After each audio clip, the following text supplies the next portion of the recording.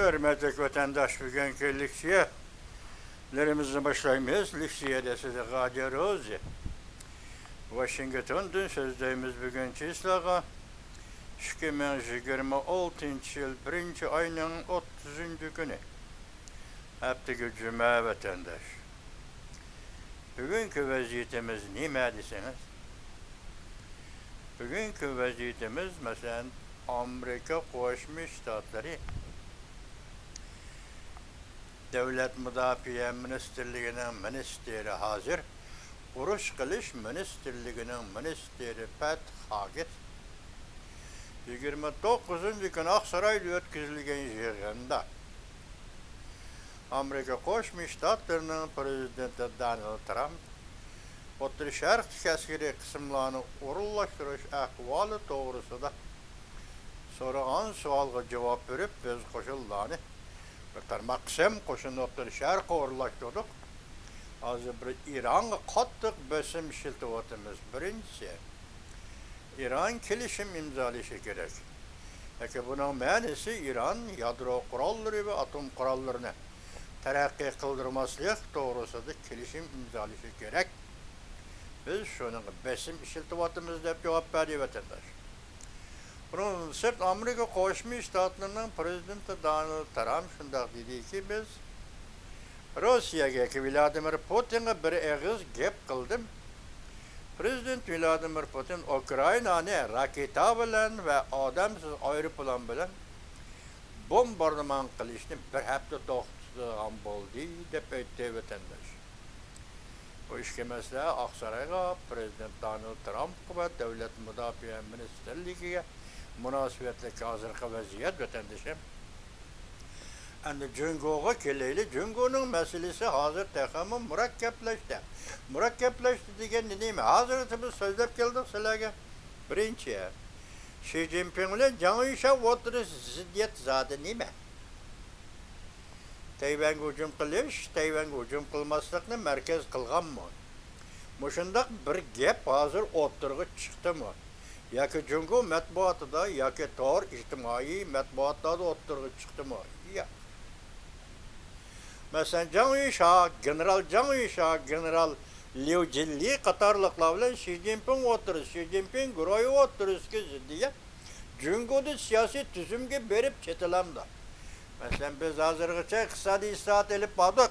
Endi biz Cungo'da siyasi islahat elip barımız degen meseleyi berip çetilamda yok. Bundak mesele mi oturgu çıkını yok vatandaş. Biro bunu misalga elip mi körüstüp koygunu mu yok vatandaş. Demek ondakta biz sual koyumuz General Canışa ile sekreter yaki Harbiy İşler Komitetinin reis Xi Jinping oturuştaki ziddiyet sağdı neyme? Hiç kandak mesele oturgu çıkını yok vatandaş. Bugün endi bir haberde Canışa kol gelindi, Xinjiang ülkesinde Gokilang dendi, şundak bir oranga nazarband kılındı diyen bir haber oturgu çıktı. Onun keyinki akıbeti ve nimeti geldik doğrusu bir nesi demedi. Şundakla su şauqa bilisiyle tenkit torbitinin başkurgucusu ve yeki obzorcusu su şauqa şundak dedi. Bugün Canışa sadık armiya grup bildiri.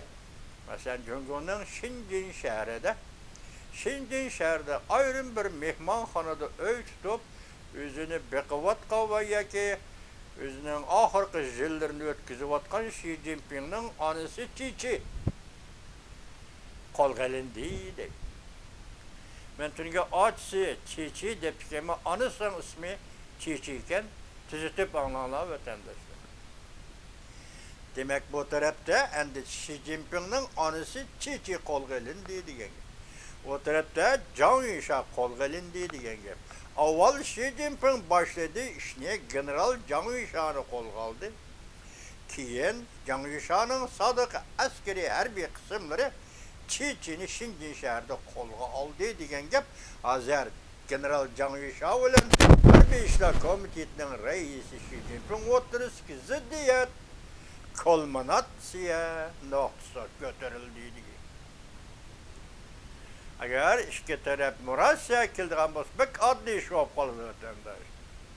Bu ikki taraf o'rtasidagi ziddiyat bu qitimqi siyosiy o'zgarish yoki bu qitimqi harbiy o'zgarish aytilayotgan tillar bo'yicha aytganda, so'zda aytganda bu qitimqi harbiy o'zgarish siyosiy o'zgarishning sababi o'rtaga yoki ziddiyat shakli o'rtaga chiqmay turib, hozir bu ikki nafar kishi yoki ikki nafar davlat rahbari o'tirdi, sen onamni qo'yib turmadin, men seni qo'yibman turmadin deydigan yakasi bu ish bek oddiy ish bo'lib qoladi vatandosh, bek oddiy ish bo'lib qoladi. Biroq hozir Jangishaning qo'lga olinishi butun dunyo matbuotida allaqachon cho'ng mavzu, muhokama qiladigan va diqqat qilib qarab turadigan bir mavzuga aylandi vatandosh. Hatta Marco Rubio davlat ishlar kotibi Amerika Qo'shma Shtatlar nima dedi? Jangisha qo'lga olindi, biz bu ishning taraqqiyotiga diqqat qilyapmiz dedi. Shundaq ahvol ostida bugun endi bu ziddiyatni yumshatishning yo'li Xi Jinpingning onasi Chichini nazarbanddan qo'yib o'tish yoki Xi Jinping general Jangishani nazarbanddan qo'yib o'tish masalasi bo'lib qolsa bu hech nima emas vatandosh. Ziddiyat shu keldi, portlash holiga keldi. Qanday qilish kerak? Bu ziddiyatni qanday hal qilish kerak? Chunki Kompartiyasi qanday hal qiladi, qanday tayyorligi bor vatandosh.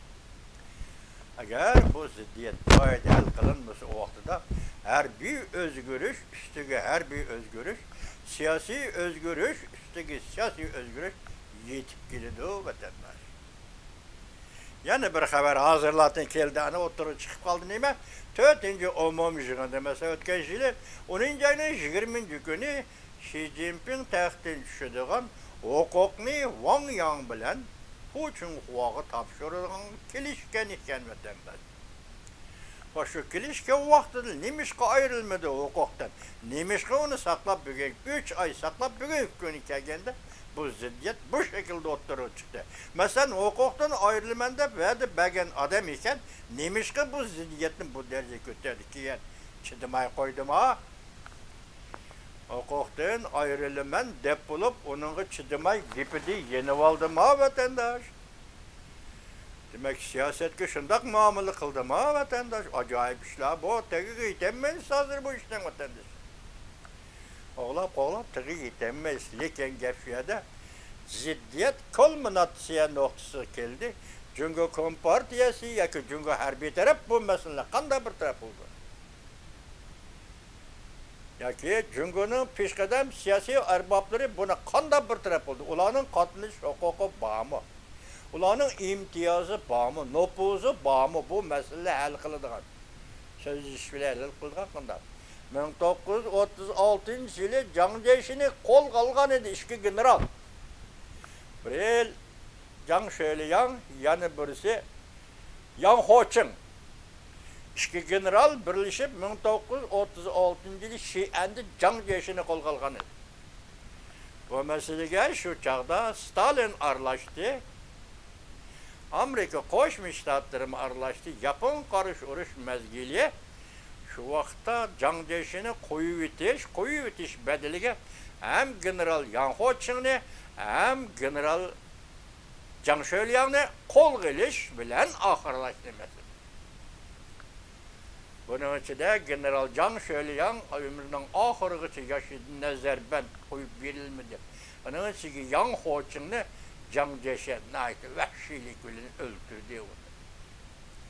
Biz şunun şeylik tutsak bugünkini kulminatsiya noktası çıktı bugün general Jangisha bugün partiyanın sekreteri, Harbiy ishlar komitetining sekreteri Xi Jinping o'ttirishdagi ziddiyat kulminatsiya nuqtasiga keldi. Tarixda Gomindan 36-yildagi ziddiyatni Sovetlar Stalinlar qilgan bo'lsa, bu qitim bu ziddiyatni hal qilishga Amerika Qo'shma Shtatlari qatnashamdi, aql ko'rsatdi qanday. Mana bu shu darajaga yetdi vatandosh. Bugun shuning munosabatli so'zlarni avval sizlar anglanglar. Avval birinchi bo'lib bunda xabarni anglaysiz, yozma xabar. Amerika Qo'shma Shtatlari prezidenti Donald Trump bir jumla gap qildi. Prezident Vladimir Putin Ukraynani bombalashni vaqtliq to'xtatdi. Suhbat ilgirlash yuz berdi. Mavzuli xabar 1-ayning 30-kuni Jungo nazari tor betida e'lon qilindi. Xabar mundaq boshlandi. Avval Amerika ovozi e'lon qilinib, keyin Jungo bu tor bet e'lon qilindi. Amerika Qo'shma Shtatlarining prezidenti Donald Trump 1-ayning 29-kuni mundaq ko'rsatdi.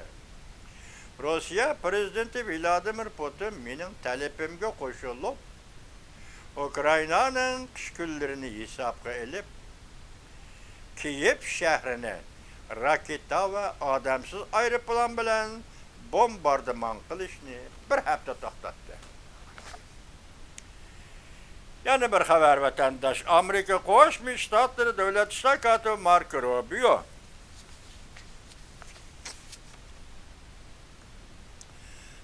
Rubio mundaq ko'rsatdi. Donetski masalasi Rossiya-Ukrayna suhbatida qiyin masala bo'lib qoldi.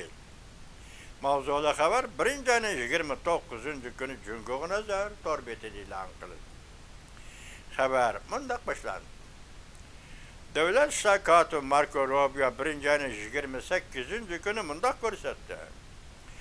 Amerika aralashib oxirlashtirmoqchi bo'lgan Rossiya-Ukrayna suhbatida Donetskni davr qilgan territoriya masalasi bo'yicha suhbat ilgirlamoqda. Bu masala ixtiloflarni hozirgacha hal qilinmagan masalalarning birisi deb hisoblaymiz. Yani ochiq so'zlab davlat ishlar katibi Marco Rubio mundaq ko'rsatdi. Bu masala intayin qiyin masala bo'lib turmoqdadir. Demak, Donetski Ukraynaning bir oblasti. Bu oblastni Sovetlar yoki hozirgi Vladimir Putin armiyasi besib oldi. Endi buni qaytarib berish kerakligi ustidagi suhbatmi va yoki zada qanday suhbat? Bunun konkret jarayoni berilmedi. Hozir shu masala qiyin masala bo'lib turmoqda dedi. Bundan yana bir mavzu vatandosh. Amerika Qo'shma Shtatlari urush qilish ministrligining ministri Pat Hagis Amerikada hozir Ironga besim ishlatib, Ironning kelishim imzolashini hamda yadro qurollari, atom qurollari planidan voz kechishini talab qildi. Mavzuli xabar 1-ayning 30-kuni Amerika ovozining Xitoy tili programmasi e'lon qilindi. Xabar mundaq boshlandi. Amerika urush ministrligining ministri Pat Hagis mundaq ko'rsatdi. Amerika yaqinda O'rta Sharq rayoniga urullashtirgan bir tarmoq askariy qismlarni nazarga olib, Amerika hozir Iron islom hokimiyatiga besim ishlatib, Ironning kelishim imzolashi va yadro qurollarini davomli taraqqiy qildirish planini amaldan qoldirishini talab qildi.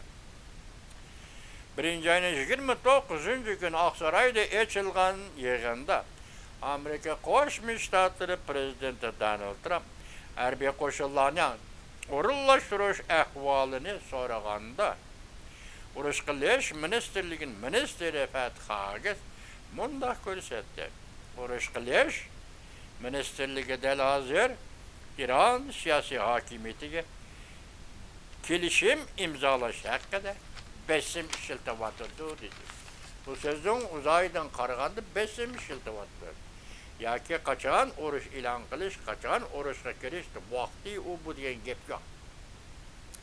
Demak, kuch bilan tinchlikni asliga keltirdi. Tinchlikni saqlash, tinchlikni qo'llash. Başta etkilevatımızda Prezident Donald Trump hükümeti hazır 9'dak raylar, dünya boyunca raylar yüz bergen to'qinishlarning hammasini hal qildi. Hozir Ironga ham biri yadro atom qurollarini ishlash planini amaldan qoldirish, ikkinchisi tinchlik kelishimi imzo qo'yish uchun besim ishiltiyotir dedi vatandosh. Endi sizlarga qisqa xabarlar bilan xabarlantiramiz sizlarni. Xabar munda ekranda ok ve ok ovozi ko'chaga chiqdi. İchki urush boshlandi. Xi Jinpingning ismi g'oyib bo'ldi. Hu Junhua qaqoqlab kulishga boshladi. Hu Junhua huquq o'tkazganda izbosar bo'ladigan odamning birisi. Qaqoqlab kulishga boshladi. Ok ve ok ovozi tez suratda ko'chaga chiqdi. Kurashchi 20 belgilik aeroplan tuvan uchib murojaat e'lon qildi. Beijing osmonida. Ozodlik armiya gazeti boshliqda xabar e'lon qilib, Xi Jinping degan ismni yiroqlashtirdi, o'zidan yiroqlashtirdi. Zhang Feng nazari 1-ayning 29-kuni yutdi. Yani bir xabar, nishon ve vaziyat o'zgardi. Xi Jinping bütün xalqning dushmaniga aylandi. Aloqador taraflar sonrasında Xi Jinpingni tillashga boshladi. Jamoat fikri kontrollikdan chiqib ketdi. Jungo xalqi heliqi kunni kutmoqda.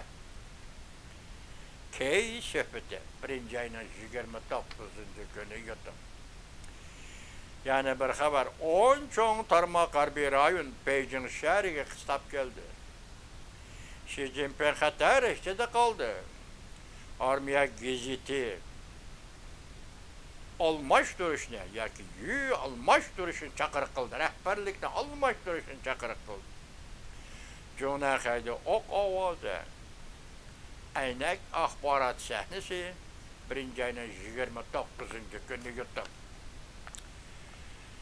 Yani bir xabar 1 milyard nüfus eşip kaldı. Jungoda tuyuqsiz g'oyib bo'lgan odamlar ning kaynidin qolliq g'oyib bo'lishning haqiqiy qiyofati oshkorlashga boshladi.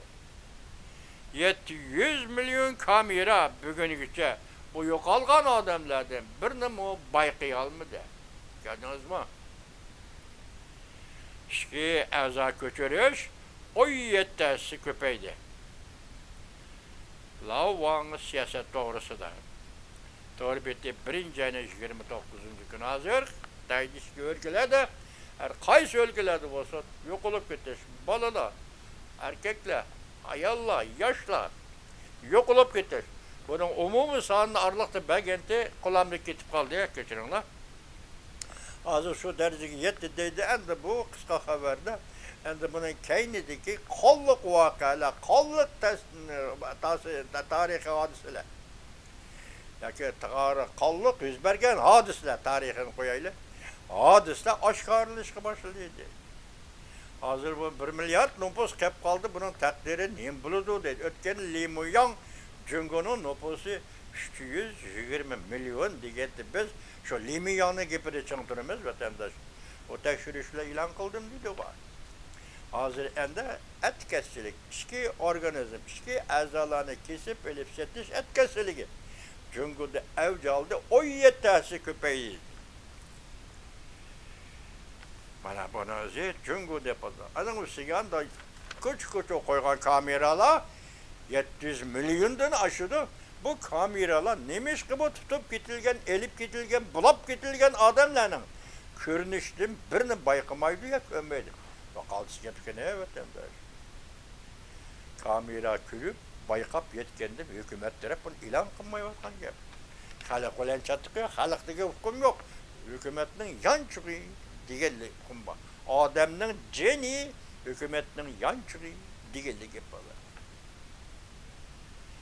Yani bir xabar Zhang Yusha 4 yol bo'yicha askeriy qismlar qo'mondonlik qilib Beijing shahriga toplandı bunun askeri kısımları.